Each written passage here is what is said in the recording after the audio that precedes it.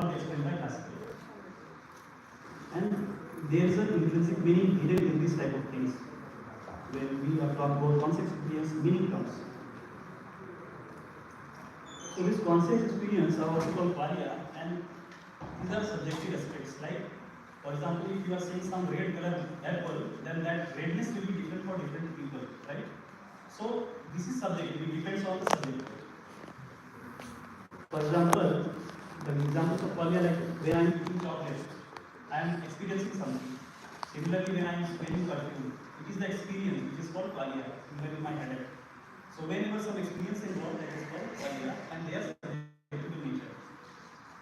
And another property is that they are unobservable. They cannot be observed.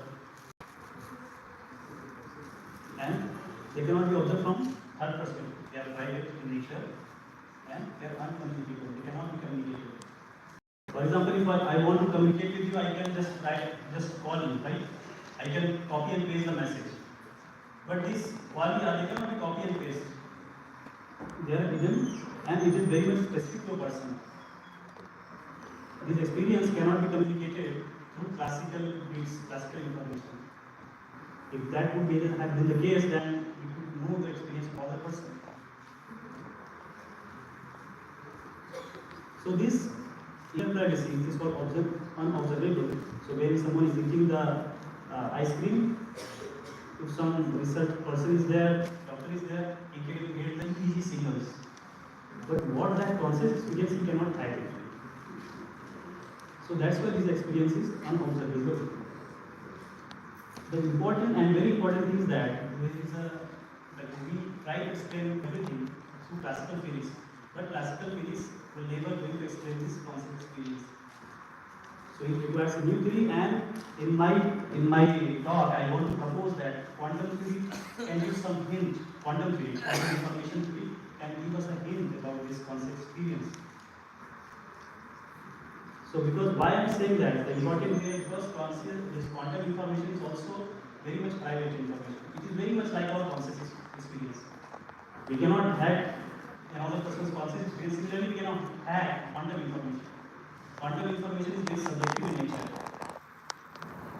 And for all the general people, quantum information, I would just like to share one slides that the basic unit of quantum information is qubit.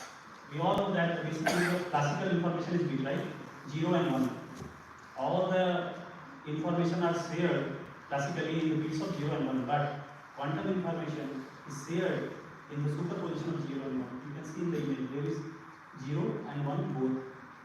So that is the very beautiful thing about this quantum physics.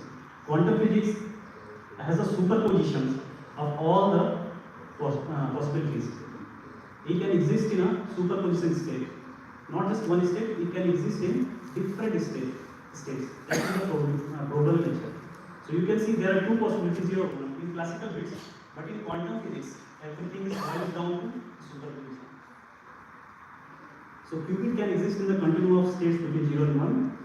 And very, very important that these qubits are unobservable, like our conscious experience. I am already told that our conscious experience is unobservable, we cannot observe it. Similarly, these quantum bits cannot be observed. And because of this superposition principle, you can see they exist in different states.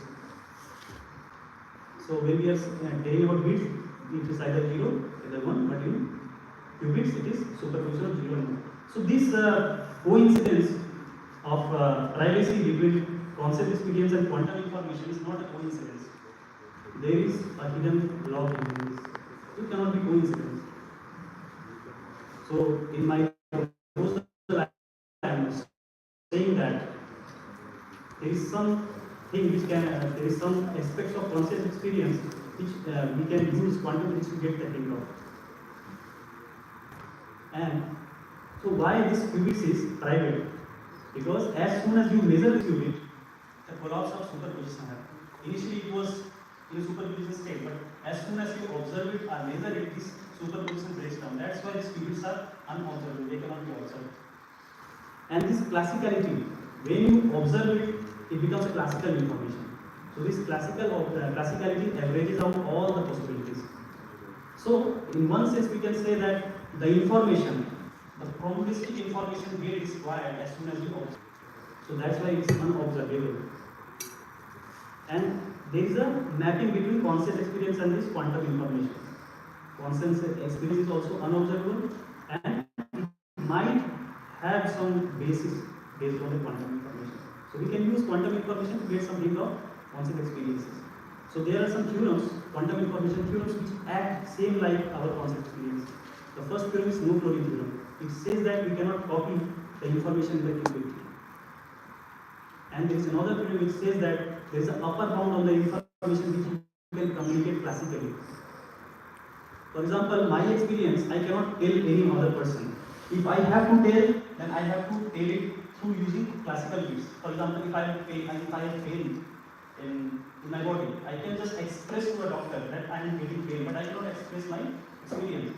So your experience could be converted into classical bits, but that classical bit will not give the complete information. So that's the same. This quantum information is telling that the Helmut theory and this no cloning theorem. So there is a parallel between these both quantum information and conscious experience. So there are some recent works which have been done on quantum basis for Qualia. So this professor is stating that Dr. Yagam is proposing a theory according to which our conscious experience, the Qualia, has all the necessary properties of pure quantum space. And he's saying that our conscious experience is private and unknowable, only minimally knowable from outside. And as I told that these quantum bits are based on superpositions, so these superpositions are also it is there in our conscious experience. This superposition can entangle they can superpose to give different higher level of thoughts or qualia. So it becomes very much complex when we come to conscious experience, because they can behave like a quantum superposition of wave and they can superpose to give higher level of qualia conscious experience.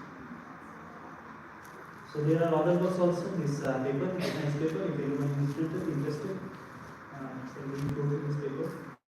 There is this also.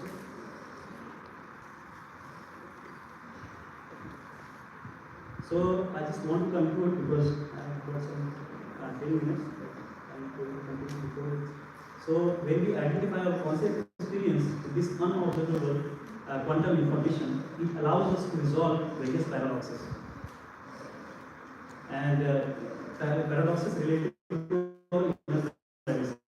So this quantum information can give you just think about what is happening, and if you can possibly map it with your conscious experience, then it will answer some of the critical aspects.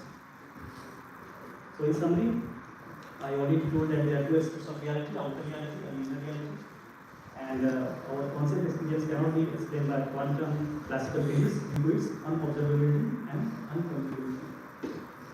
And third thing, that quantum information will give something about inner experiences. It might also not, but we are creating some bridge between our inner world and outer world. So quantum physics might be act as a bridge between that. So thank you all.